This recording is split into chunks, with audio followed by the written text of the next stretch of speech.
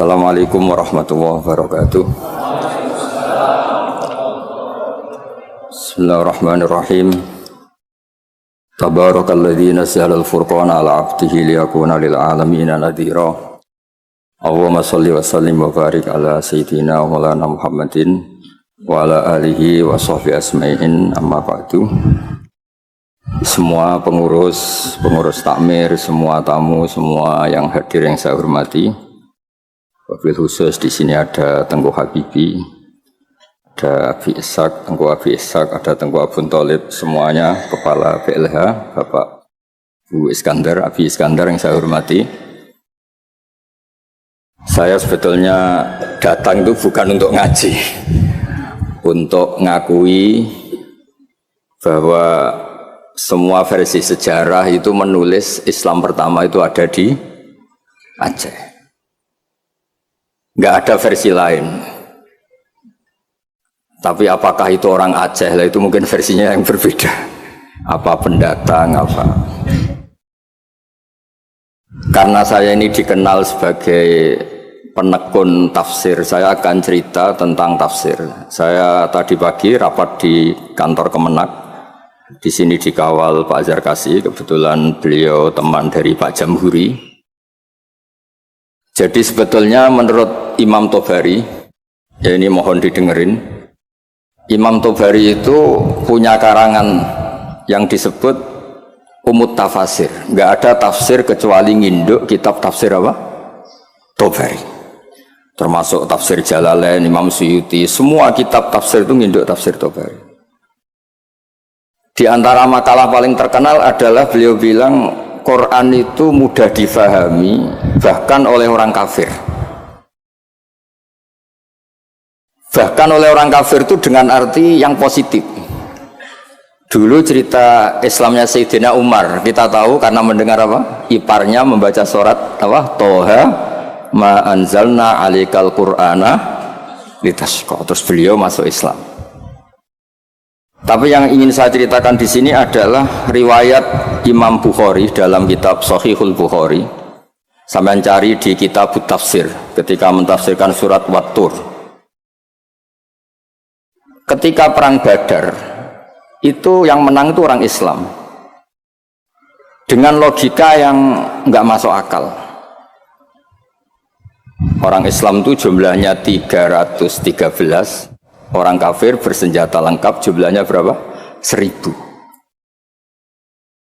Singkat cerita, terus kemudian yang kalah itu dulu ya, hukum dulu itu yang kalah itu ditawan, termasuk tokoh-tokoh Quraisy. Di situ termasuk ada pamannya Nabi namanya Said Abbas, itu ikut ditawan. Ada orang pinter namanya itu Jubair bin Mut'im. Orang pinter ini disuruh tokoh-tokoh Quraisy untuk negosiasi membebaskan tawanan-tawanan kafir Quraisy. Pas datang di masjid, itu Nabi sedang baca Wat-Tur wa kitabim mastur fi raqim mansur wal baitil ma'mur was saqfil marfu. Terus didengerin, Nabi itu sambil sholat, bukan acara seminar atau kajian ilmiah, bukan. Nabi bacanya ketika sholat maghrib. Tapi di situ terus kemudian Allah berlogika. Mbok yang kamu anggap Tuhan, mbok yang kamu anggap Tuhan itu ya punya reputasi, punya prestasi. Am khalaqus samawati wal ard. Mbok yang kamu pertuhankan itu punya reputasi menciptakan langit dan bumi.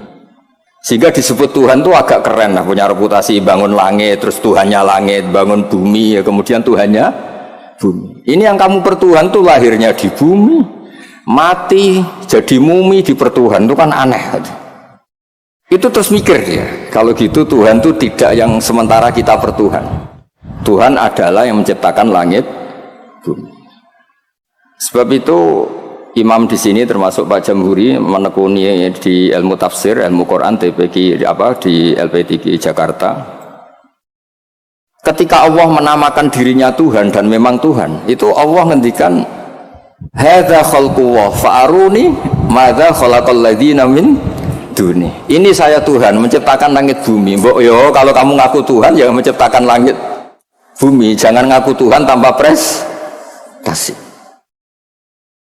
Ada lagi ayat di awal Ahqaf, Qul ara'aytum ma tad'una min dunillah aruni madza khalaqu minal ardi am lahum syirkun fis samawati. Mbok yang kamu pertuhan selain Allah itu tunjukkan ke saya, aruni itu tunjukkan ke saya, apa sih prestasi mereka? Apa ikut terlibat pembuatan langit? Syirkun itu ikut terlibat. Sehingga tidak ada jawaban lagi kecuali Tuhan itu adalah Allah yang qadim, Allah sing wajibil wujud. Terus Jubair bin Mut'im kemudian masuk Islam. Berarti sudah ada dua tokoh terkenal yang memahami Quran sebelum masuk Islam. Tentu ini memahami yang benar. Sebab itu sabda Rasulullah SAW, saya ini bangga punya mukjizat yang tidak musiman, kata Nabi, yaitu Quran. Kata beliau yang dikutip di Sahih Bukhari di awal Mu'jizatul Quran, kata Rasulullah, sabda Rasulullah, ma minal anbiya'i nabiyyun illa qad utiya minal ayat ma mithluhu amana alaihil bashar wa inna ma kana alladhi utituhu wahyan auhahu wa ilayya fa arju an akuna aktsarahum tabi'an yaumal qiyamah. Semua nabi itu punya mukjizat tapi bentuknya fisik. Karena bentuknya fisik, maka ketika mukjizat itu sudah lewat, nggak ada saksi lagi. Misalnya tongkat Nabi Musa bisa membelah laut, bisa jadi ular besar. Kita sekarang kan nggak bisa membuktikan itu. Kalaupun itu nyata di masa lalu, saksinya sudah meninggal. Tapi mukjizatnya Quran ila yaumil qiyamah. Nah, ketika ini semua ulama, terutama mukjizat rasionalitas berpikir. Saya cerita sedikit, saya biasa bahasa Jawa, tapi ini harus bahasa Indonesia karena kayak di luar negeri. Saya tadi kan rapat di Jakarta, kayak masih di Indonesia. Setelah di pesawat semuanya orang Aceh, ngomong itu kayak orang Thailand. Ini saya di luar negeri apa masih di Indonesia. Saya tidak tahu imam masjid tadi ngerasani apa. Tahu-tahu saya disuruh ngaji, tapi nggak ngerti satu bahasa apa. Kayak mantra. Jadi ini saya kayak di luar negeri. Jadi saya di luar negeri 2 kali, 1 ke Madura, 2 ke Aceh. Sama-sama nggak paham. Mukjizat tertinggi adalah dalalatun akliyah atau hujjatun akliyah. Sebab itu agama ini Allah memaklumatkan li qaumi yaqilun li qaumi yatafakkarun. Fir'aun itu jumawa, zalim, ngawur, wah semua kesalahan ada di Fir'aun. Memaklumatkan diri sebagai Tuhan. Saking yakinnya dia Tuhan, itu ketika Musa, Fir'aun, kamu tuh harus nyembah Tuhan. Nah, Tuhan kamu siapa Musa? Rabbus samawati wal ard, yang menuhani langit dan bumi. Kata Fir'aun, soal menuhani bumi, saya jalan kemana-mana gak ada Tuhan selain saya. Kata. Soal kemungkinan Tuhan Anda di langit, saya mau bikin piramida yang tinggi. Nanti saya akan melihat Tuhan kamu ada apa enggak. Dia bilang ke arsitekturnya, ya Haman ibnili sorhal la ali abluhul asbab as-samawati fa'attali'a ila ilahi Musa. Saya akan bangun piramida yang tinggi. Nanti saya intip Tuhannya Musa itu ada apa enggak. Musa pusing kan, karena beliau sebagai Tuhan pun nggak pernah lihat Allah. Apalagi ini apa? Fir'aun itu kalau piramida jadi, Fir'aun naik, nggak melihat Allah, terus disimpulkan nggak ada, repot. Ternyata kalahnya Fir'aun dan yang menjadikan orang sekeliling Fir'aun itu iman, itu dengan logika sederhana. Ya sudah, kalau Rabbus samawati wal ardi kamu nggak percaya, Nabi Musa ganti jurus. Kalau orang bilang ganti logika, Rabbukum wa Rabbu abaikumul awwalin, yang menuhani nenek moyang kamu. Itu orang sekeliling Fir'aun terus tahu kalau Fir'aun itu gak Tuhan. Ini kalau dia Tuhan, terus bapaknya Tuhannya siapa, mbahnya siapa, kakeknya siapa. Karena Tuhannya itu punya tanggal lahir. Masa Tuhan lahirnya dulu bapaknya, dulu mbahnya, lalu babanya itu yang menuhani siapa. Jadi disebut Tuhan itu siapa? Yang menuhani nenek moyangmu. Berarti apa? Fir'aun itu wujidah ba'da alam yakun, dia ada dimulai dari ketidak ada. Berarti zaman dunia nggak ada Fir'aun ya tetap baik-baik saja. Matahari ya tetap tugas, rembulan ya tetap tugas. Yang orang miskin yang teruskan miskinnya, yang orang kaya yang teruskan kayanya, normal semua. Yang orang hitam yang teruskan hitamnya, yang ganteng yang teruskan apa? Ganteng, normal semua. Tanpa ada Tuhan, yaitu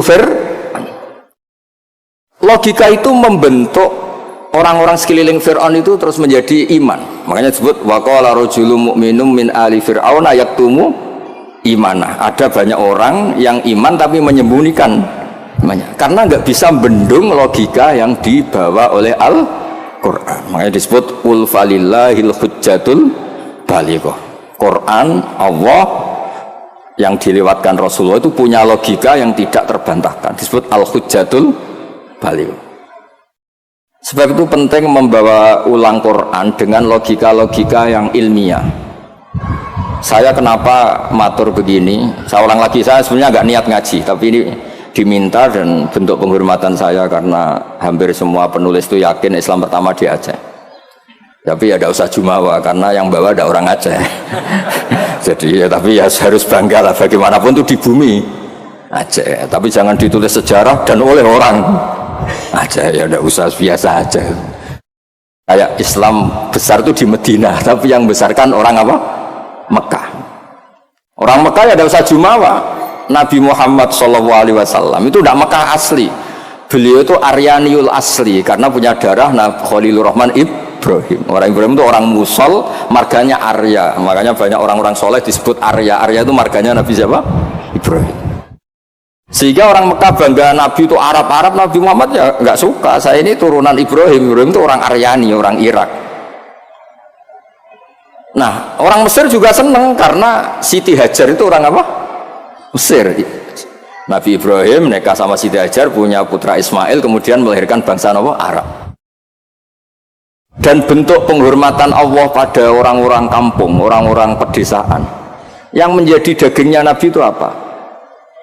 Susunya, air susunya al-Halimatus Sa'diyah. Jadi Nabi itu disusui oleh Imro'atun Badawiyah, perempuan desa, yaitu Halimatus. Maka pada diri Nabi itu ada Mekahnya, ada Mesirnya, ada Aryaninya, ada daging yang tumbuh dari Labanul Murdiah, yaitu Halimatus Sa'diyah. Maka ngendikane guru saya Kiai Memun, juga ngendikane Bapak, memang Nabi itu didesain supaya semua orang itu bangga. Misalnya sampean wong desa bangga biye-biye sing nyusui Nabi ku Halimatus Sa'diyah. Ya, sampean harus bangga jadi orang Aceh. Islam pertama itu di Aceh. Tapi kalau ditanya orang mana, terus pokoknya di Aceh terus. Karena kalau dijawab dari mana itu kayaknya terus gimana gitu. Pokoknya Aceh itu bumi pilihan Allah untuk pertama ada apa? Islam. Ya, saya ulang lagi. Logika ini mengalahkan kekuatan apapun. Sehingga ketika Saharatu Fir'aun itu iman semua, itu hanya dengan logika, termasuk tadi. Kalau engkau Tuhan Fir'aun, lalu yang nuhani nenek yang kamu itu siapa? Jadi dikatakan Allah Tuhannya langit, Fir'aun masih jumawa, mau ngintip lewat apa? Piramida. Tuhannya bumi, Fir'aun masih jumawa, selama ini yang jadi Tuhan saya katanya. Jadi mensifati Allah itu dengan logika yang tidak terbantahkan. Nah, itu yang ada di surat Tur, am khuliqu min ghairi shay'in, saterusé am khalaqus samawati. Terus ada lagi yang mencibir mereka, orang-orang kafir. Am lahum sulamu yastami'una fi. Kalau mereka Tuhan dan menciptakan langit, boleh sekali-kali kunjungan ke langit dong. Khazanahnya dicuri orang apa enggak, masih apa enggak, terus gudangnya masih apa enggak. Sulam itu tangga. Kalau mereka merasa Tuhan dan pemilik langit, sekali-kali boleh naik ke langit, ngecek gudangnya masih apa enggak. Khozain itu maknanya apa? Gudang. Ini Tuhannya langit, di bumi terus. Naik pohon mangga aja kadang jatuh, kadang tulang patah, dioperasi. Ini terus gimana? Ini Tuhan model apa ini? Begitu juga yang dipertuhankan selain Fir'aun. Kadang Allah hanya ngendikan kana yakulani to'amma, kana yakulani to'am. Yang dianggap Tuhan itu masih makan. Kalau masih makan berarti kalau nggak makan tuh lemes. Lama-lama ditilih umatnya, gimana Tuhan? Oh, saya sakit, lemes, kurang makan. Bareng makan sehat lagi. Terus orang itu cuma alhamdulillah habis ngasih makan apa? Tuhan. Tadi hampir mati gitu. Jadi itu logika Quran untuk memastikan yang Tuhan Allah itu sederhana. Karena ya kulahanit. Nah kenapa saya ngaji ini? Karena sekarang Quran tuh kasihan. Karena ulama-ulama yang model paket Yasin menjadikan masuk surga, Waqiah menjadikan orang banyak uang. Yang paling parah surat Ra'd mempercepat kematian gitu. Maksud saya, jangan gitu-gitu banget gitu. Memang semua Quran tuh punya mukjizat, tapi ya jangan model paket apa? Model apa? Kadang-kadang masalahnya dibantah. Itu Cina nggak pernah baca Waqiah kaya. Kan repot kalau model. Boyo ngaji Waqiah itu adalah oke lah, mungkin sebagian orang kalau baca Waqiah rezekinya lancar. Tapi boyo baca misalnya, ini hebatnya Allah. Allah ngendikan begini, falola in kuntum ghaira madinin tarji'unaha in kuntum shadiqin. Falola idza balaghatil khulqum wa antum khina idin. Hei para pendakwah Tuhan, hei para orang yang mengaku dirinya Tuhan, boyo jangan mati. Tuhan kok mati? Mbok ketika nyawa kamu sampai tenggorokan, kamu tarik lagi, Tuhan kok mati? Kan itu falola in kuntum ghaira madinin tarji'unaha in kuntum shadiqin. Kamu tuh gimana? Tuhan kok kehilangan nyawa? Ini model apa gitu. Jadi logika yang dibangun Quran itu al-hujjatul balighah. Sebab itu Nabi ngendikan, saya berharap dengan mukjizat ini Islam abadi kuat ila yaumil qiyamah. Coba kalau mukjizat kita tongkatnya Nabi Musa, bisa rebutan orang Jawa sama orang Aceh, rebutan tongkat. Nanti setelah di masjid Aceh rebutan, imam sama wakil imam rebutan. Setelah dibuktikan dipukulkan laut, sama-sama nggak mandi, ribet. Tapi kalau mukjizatnya Quran ini nur yamsi bihi finnas, menjadi nur yang selalu kita bawa. Misalnya nyuwun sewu kita miskin nggak ada yang menghormati, nggak ada yang percaya. Itu kata Imam Ghazali, resepnya orang miskin akut disuruh datang ke kuburan. Ini yang ngendikan Imam Ghazali, kitab Ihya. Disuruh datang ke kuburan, terus di hatinya bilang gini, semua orang yang mati mulai Nabi Adam sampai kiamat keinginannya hanya satu, ingin hidup lagi di dunia. Dan saya punya yang diingini seluruh orang mati di seluruh dunia. Orang kalau sudah mati meskipun orang soleh tetap ingin kembali ke dunia. Bedanya yang soleh ingin menambah apa? Kesolehannya. Artinya apa? Sekira-kiranya orang itu punya sesuatu yang diingini oleh orang yang mati mulai Nabi Adam ila yaumil qiyamah. Orang yang sudah mati inginnya apa? Hidup lagi. Dan kita punya kehidupan. Sehingga terus syukur karena masih hidup. Ya gak usah alasan mapan apa enggak. Kenapa kamu syukur? Masih hidup. Itu aja penjelasannya sudah. Terus terakhir saya cerita tentang ini, saya tidak bosan-bosan matur supaya jenengan tambah kuat imannya.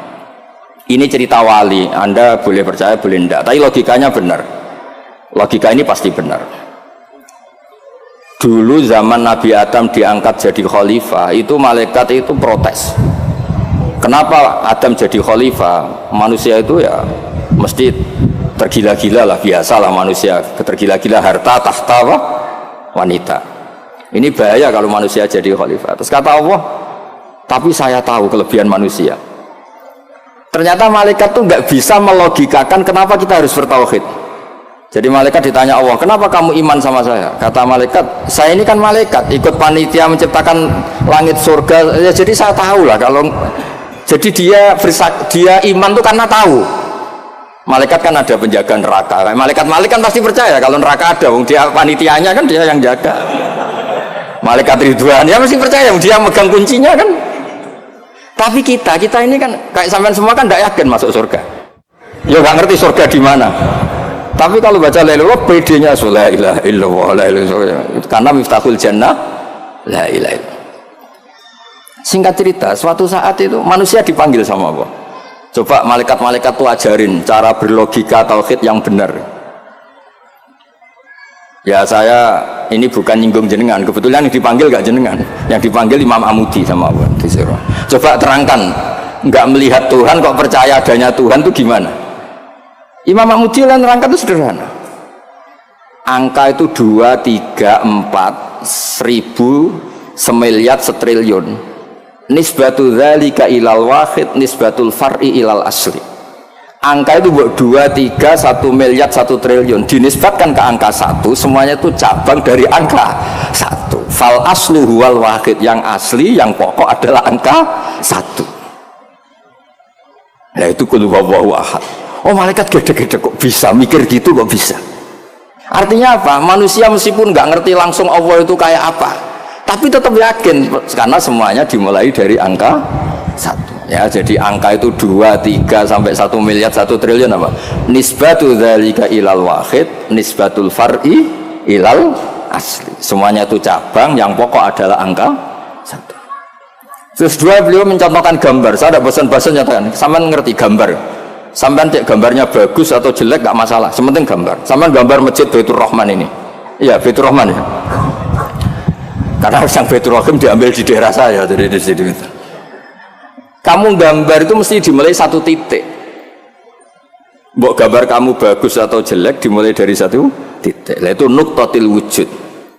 Itulah sirrinya, rahasianya kenapa Quran dimulai Bismillahirrahmanirrahim. Itu dimulai dari 1 titik, yaitu nuqtatil wujud. Bahwa semuanya dimulai dari 1 titik wujud sing abadi, yaitu Allah sing wajibil wujud. Makanya oleh Syekh Nawawi Al-Bantani ba itu disingkat bi kana makana wa bi yakunu ma yakun. Itu semua ulama di I'anatul Talibin, di bi karena saya semuanya menjadi ada, dan karena saya pula kata Allah yang akan ada menjadi ada. Logika seperti itu kita tidak perlu lihat surga neraka, sampai nggak perlu lihat bidadari dulu untuk percaya adanya apa? Surga. Makanya ini penting. Agama ini disebut qul falillahil hujjatul baligh. Hujjah itu argumentasi. Jadi saya mohon semohon-mohonnya, ini tadi saya bawa mushaf sebagai hadiah untuk masjid. Saya mohon Quran itu dikembalikan rohnya. Dulu begitu bangga Nabi dengan Quran itu karena logikanya jelas. Itu tadi yang tauhidnya. Ini ada waktu mungkin 5 menit saya nyontohkan logika sosial, peradaban sosial. Kenangannya orang Madinah, kata orang Madinah, kunna abkhasan nasi kailan. Dulu kita ini orang yang sangat buruk dalam transaksi. Yaitu kalau kulak, kalau orang Aceh bilang apa? Tengkulak itu. Kalau kita beli ingin 1 kilo ya dapat apa? 1 kilo. Kalau 1 pintal ya dapat apa? 1 pintal. Tapi kalau kita jual, orang beli, misalnya beli 1 kilo, kita kurangi nggak sampai 1 kilo, atau dari kualitas A menjadi B. Itu Allah cara ngedikan tuh bagus. Wailul lil mutaffifin alladzina idza talu 'alan nasi yastawfun wa idza kaluhum aw wazanuhum yukhsirun. Itu orang nggak benar, itu nggak fair. Ketika tengkulak dia ingin timbangannya 1 kuintal mendapat 1 kuintal. Ketika ada orang beli 1 kuintal, yukhsirun. Intinya itu nggak fair. Cara Jawa itu dipek menangi dewi. Itu nggak benar. Peradaban seperti itu tuh nggak benar. Jika terus orang Madinah itu menjadi ahsanan nasi kailan, orang yang sangat baik dalam berperadaban. Kalau ingin dihormati orang ya harus hormat. Kalau nggak ingin disakiti orang, yang jangan menyakiti orang, sehingga kita tidak melakukan tatfif. Tatfif itu curang, nggak fair. Ya, itu disebut apa? Wailul lil mutaffifin alladzina idza talu 'alan nasi yastawfun. Kalau posisi tengkulak ingin 1 kuintal dapat apa? 1 kuintal. Wa idza kaluhum aw wazanuhum, kalau ada orang beli 1 kuintal mendapatkannya yukhsirun. Orang itu tidak sampai dapat apa? Itu kan mirip kita sebagai tokoh atau kiai. Kita tidak hormati umat kita, tapi kalau umat kita tidak hormati kita, kita marah. Itu tidak fair. Kalau ingin dihormati orang, ya harus menghormati orang lain. Saya beri 1 contoh betapa hebatnya Rasulullah SAW. Orang itu kan iman sama Nabi. Yang iman ya macam-macam. Ada yang soleh, ada yang setengah soleh, ada yang soleh banget, ada yang dolim banget. Tapi kata Nabi, semua yang iman saya tetap semuanya masuk surga. Soal neraka dulu itu sudahlah, sementing nanti akhirnya masuk surga. Karena itu fair. Masa sudah iman ke saya kemudian tetap saja gak masuk surga, terus untuk apa? Sebab itu Nabi ngintikan syafaati li ahlil kabair min ummati. Meskipun salah, kalau itu umatku bersyahadat tetap tak kasih apa? Syafaat. Dan Quran sendiri memaklumatkan summa aurasnal kitab alladziina astafaina min ibadina. Quran ini bisa berguna untuk siapapun. Faminhum dzalimun li nafsi. Yang orang yang zalim pun itu dapat syafaatnya apa? Quran. Wa minhum muqtasid. Itu fair. Artinya fair itu Nabi diimani oleh sekian orang, kemudian tiap malam bertahajud. Hanya apa? Mohon supaya dikasih hak apa? Syafaat. Karena beliau tahu, setahu-tahunya kalau umatnya banyak yang salah itu setahu-tahunya. Wong ada orang suka ke masjid itu karena WC-nya di rumah jelek, enak WC masjid. Ada orang kalau di masjid betah, dikira itu ahli itikaf, ternyata AC-nya enak AC masjid. Sudah lebih dingin nggak bayar. Jadi masjid saja jadi sarana, ya begitu itu. Itu kalau nggak disyafaati Nabi tidak bisa. Orang senang Mekah itu kan bagus. Tapi sekarang senang Mekah itu ya travel-travel yang bisnis itu. Itu promosinya itu Masya Allah. Saya itu agak dibenci sama tokoh-tokoh travel, tapi ya nggak berani lah. Kualat kalau benci teman-teman. Ceritanya itu ada orang haji. Biasanya kalau orang haji itu kan kiainya muji-muji apa? Haji. Soalnya orang haji itu gini-gini surga. Al-Hajjul Mabrur Raisalahu Jazaun ilal apa? Jannah. Biasanya di BRI, di BNI kan ada hadis-hadis itu. Ada orang haji kan dilepas sama kiainya. Kebetulan kiainya saya ngelepas ya haji mabrur itu masuk surga. Yang sabar dengan kemiskinannya ya masuk surga. Sering dimarahin istri sabar ya masuk surga. Ana wa kafirul yatim kahataini fil jannah. Yang ramah anak yatim ya masuk surga. Terus kata Nabi orang yang menjaga dua yang lubang, al-ajwafan dua yang lubang, yaitu jaga lesannya dan farjinya juga masuk surga. Itu yang hadirin senang semua karena mereka yakin nggak akan haji. Katanya nggak ada kiai bagus Pak. Karena yang nggak bakat-bakat haji, yang miskin permanen atau apa, semua semua. Itu yang punya rumah itu kayaknya mangkel tapi ya dia gitu. Terus saya bilang, kalau kamu mangkel sama pidato saya karena yang tak promosikan masuk surga ada kamu tok, saya akan berdoa kamu masuk neraka kata saya. Wah jangan Gus, nggak apa-apa. Maksud saya, Mbok Yo Kiai itu niru saya gitu, supaya konstitusi Islam itu utuh, sehingga semua orang tuh nikmati sarana yang dikasihkan Rasulullah SAW. Sukses ninggal zina ya janjinya surga, ngerawat anak yatim ya surga, peduli sosial ya surga, la doror wala diror, tidak merugikan orang lain ya surga. Sehingga varian Islam itu banyak. Orang-orang yang punya biro haji itu seakan-akan surga itu haji. Makanya saya ini agak diuji sama Allah. Sering ditawarin haji gratis supaya mencabut fatwa itu kayaknya. Tidak maksud saya, Boyo yang fair gitu. Meskipun saya di masjid Aceh, ya jangan terus muji masjid yang besar untuk menjadi sarana surga. Masjid kecil juga menjadi sarana apa? Surga. Dulu Ashabul Kahfi masjidnya di dalam gua juga sarana surga. Gak ada bangunannya malah. Sehingga Islam ini benar-benar yang dikehendaki Rasulullah. Rasulullah itu kalau muji orang masuk surga itu segampang itu. Sampai ngedikan hal yang mungkin orang pria itu tidak siap. Wa fi buti ahadikum sedekah. Kamu ngumpuli istri itu sedekah. Sampai sahabat tanya, masa urusan hubungan biologis masuk surga? Kata Nabi, alaysa wa wadu'aha fi haramin akana ali wisrun. Kalau dia salah letakkan apa? Dosa. Jadi surga itu ditulis Nabi itu mulai ngumpuli istri, wa imatatul adza anit thariq, ada sampah dibersihkan, ada hal yang bahaya. Sehingga Islam terus milik semua. Satpam bangga karena jaga apa, tukang bersih-bersih bangga karena imatatul adza anit thariq, yang tukang wiridan ya bangga karena a'laha la ilaha illallah. Terus bangga semua. Kalau Islam kena travel ya pokoknya hebat, mencium Hajar Aswad ya. Hajar Aswad itu adalah batu dari apa? Surga, terus diulang-ulang. Kita ini juga bagian dari surga kata saya itu. Saya juga asli dari surga kata saya. Dia agak terima. Memangnya Nabi Adam itu orang Aceh, Nabi Adam penduduk surga. Coba Nabi Adam itu orang surga apa orang Aceh coba? Orang surga kan? Terus kamu ada darahnya Nabi Adam enggak? Berarti kamu makhluk surga apa Aceh? Surga, kita ini turunan orang. Makanya masuk surga logikanya itu gampang, itu kan rumah kita. Mbah-mbah kita itu lahir di mana? Surga, yaitu Nabi Adam. Ini saya tidak guyon, ini ilmiah ya. Jadi tidak hanya Hajar Aswad. Kecuali yang ngendikan Ki Ikhlas ini enggak, ngendikannya itu promosi. Terus tak tanya, terus kalau nyium berapa? 1,5 juta Gus. 1,5 juta.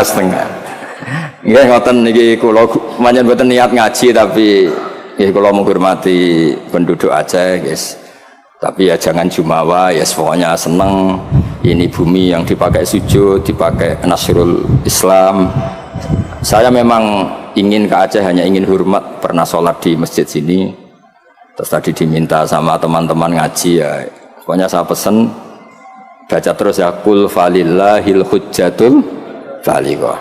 Quran itu liqaumi yaqilun, liqaumi yatafakkar. Sehingga Quran ini akan abadi ila yaumil kiamah. Ya tadi, 1 itu pokok, 2, 3 sampai 1 miliar apa? Nisbatu dzalika ilal wahid, nisbatul far'i ilal asli. Angka sebanyak apapun kalau dibanding 1 apa? Semuanya itu cabang, yang pokok itu 1. Makanya qul huwallahu ahad.